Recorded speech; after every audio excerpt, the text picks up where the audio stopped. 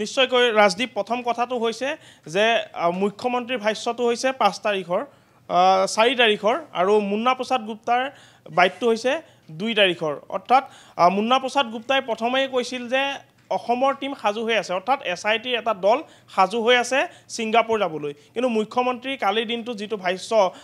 কাহিলীপাৰাস্থিত জুবিন গাৰ্গৰ বাসগৃহত উপস্থিত হৈ যেন অসহায় এটা মন্তব্য কৰিলে যে অসমবাসীয়েহে এতিয়া দাবী উত্থাপন কৰিব লাগে অসমবাসীয়েহে এতিয়া এটা হেঁচা প্ৰয়োগ কৰিব লাগে যিসকল ছিংগাপুৰত আছিল অভিযুক্ত প্ৰবাসী অসমীয়া তেওঁলোক যাতে অসমলৈ আহে তাৰ বাবে হেঁচা প্ৰয়োগ কৰিব লাগে যিসকল অভিযুক্ত প্ৰবাসী অসমীয়াৰ পিতৃ মাতৃ অসমত আছে তেওঁলোককো আহ্বান জনাইছে যে তেওঁলোকে পুত্ৰক বা তেওঁলোকৰ জীয়ৰীক তাৰ পৰা মাতি আনক এনেধৰণৰ কথাখিনি কৈছে সম্পূৰ্ণ যেন এক অসহায় মন্তব্য মুখ্যমন্ত্ৰী সেয়া এক প্ৰকাৰ স্পষ্ট হৈছে মই আন এটা বিষয় আলোচনা কৰিব এই মুহূৰ্তত বিচাৰিছোঁ যে গোটেই যিহেতু মুন্না প্ৰসাদ গুপ্তাই কৈছে যে কিছুমান কণ্ডিশ্যন বা নৰ্মছ আছে আৰু যিখিনি ফুলফিল কৰি অসমৰ এটা দল ছিংগাপুৰ যাব লাগিব গোটেই বিষয়টো টেকনিকেল কেনেধৰণে আচলতে আমি কামখিনি আগবাঢ়িব লাগিব এই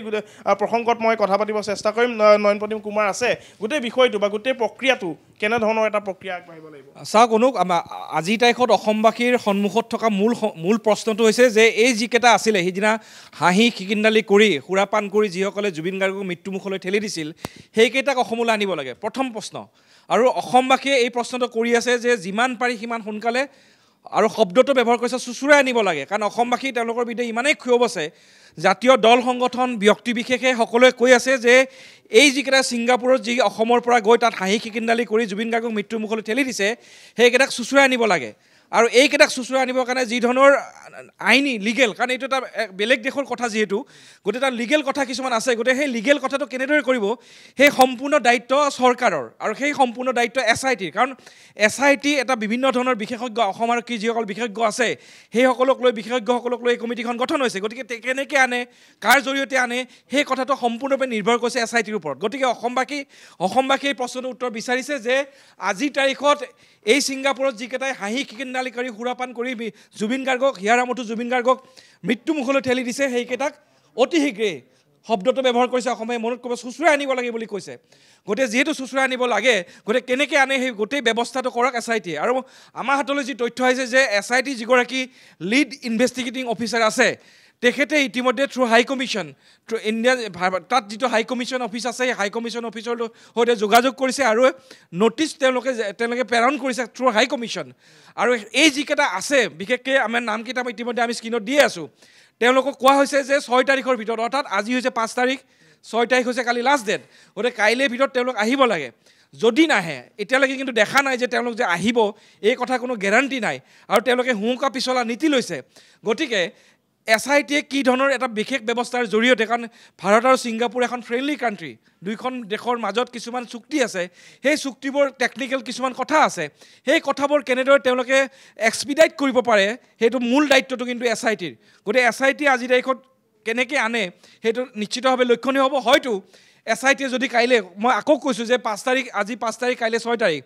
যদি কাইলৈৰ ভিতৰত তেওঁলোক নাহে তেতিয়াহ'লে কি হ'ব এইটো এটা ডাঙৰ প্ৰশ্ন গতিকে এই প্ৰশ্নটোৰ উত্তৰ এইটোৱে হ'ব যে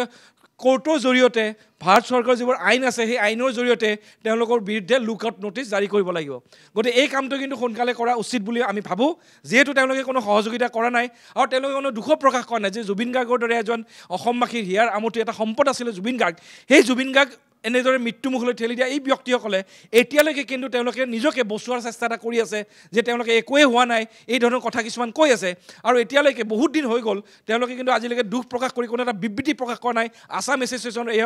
এইসকল যিসকল আছে হাঁহি খিকিন্দালি কৰি যিসকলে পাৰ্টি কৰিব গৈছে সাগৰৰ মাজত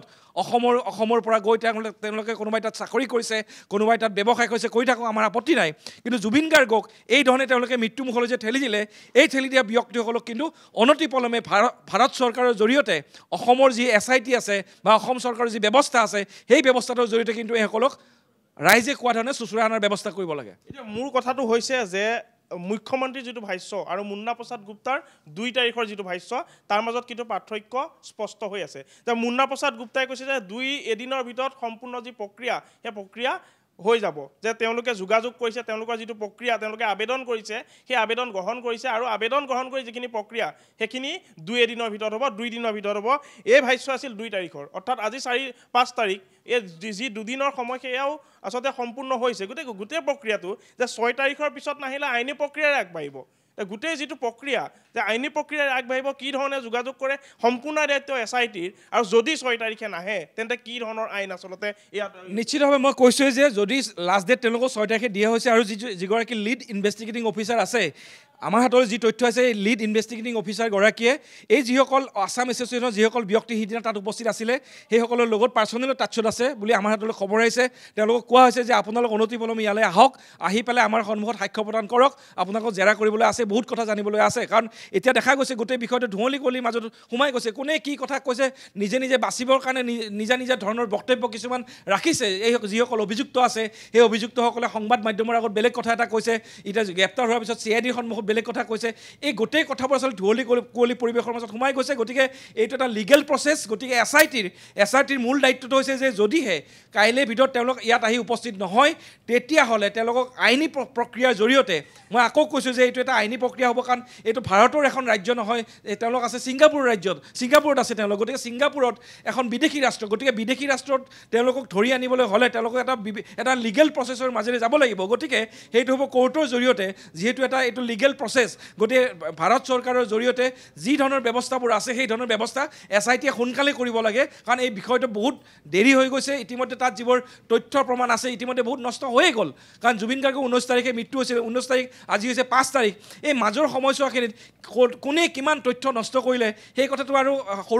সৰু ল'ৰা এজনে জানে গতিকে এই কথাটো আৰু যাতে অধিক বিলম্ব নহয় তাৰ বাবে সোনকালে এটা লিগেল প্ৰচেছৰ জৰিয়তে লুক আউট ন'টিছ জাৰি কৰি হ'লেও এই যিকেইটা আছে ছিংগাপুৰত যিকেইটা বহি আছে সেইকেইটাক ৰাইজে কোৱা ধৰণে মই আকৌ কৈছোঁ ৰাইজে শব্দ এটা ব্যৱহাৰ কৰিছে চুচুৰাই আনিব লাগে ৰাইজৰ সেই ধৰণৰ ক্ষোভ আছে ৰাইজৰ সেই ধৰণৰ খং আছে গতিকে ৰাইজৰ সেই খঙক প্ৰতি লক্ষ্য ৰাখি SITয়ে এটা লিগেল প্ৰচেছৰ জৰিয়তে অনতিপলমে তেওঁলোকক অসমলৈ অনাৰ ব্যৱস্থা কৰিব লাগে এতিয়া কথাটো হ'ল যে অভিমন্যু তালুকদাৰ যিগৰাকী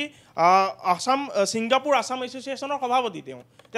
তেওঁ যিহেতু আজি অহাৰ কথা আছে তেনে কথাটো হ'ল যে তেওঁ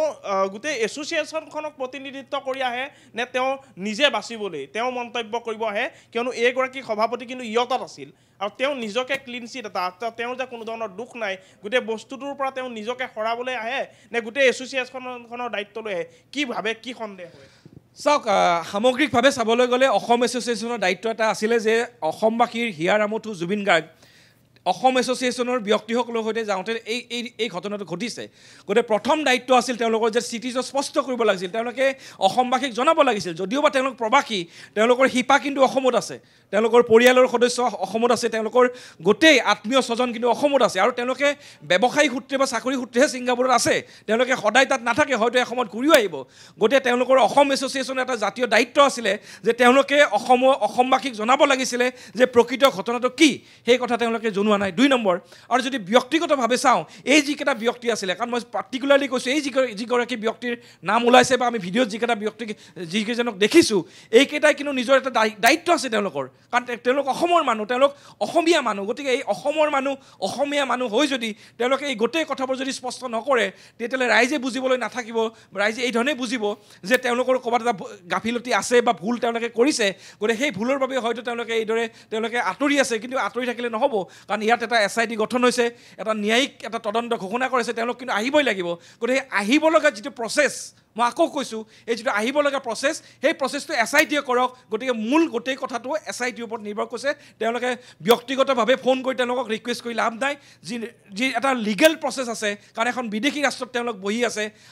সেই ব্যক্তিসকলক অসমলৈ আনিবৰ বাবে এটা লিগেল যিটো প্ৰচেছ আছে সেই প্ৰচেছটো SITয়ে কাইলৈৰ পৰা ষ্টাৰ্ট কৰিব লাগে যিহেতু কাইলৈ লাষ্ট ডেট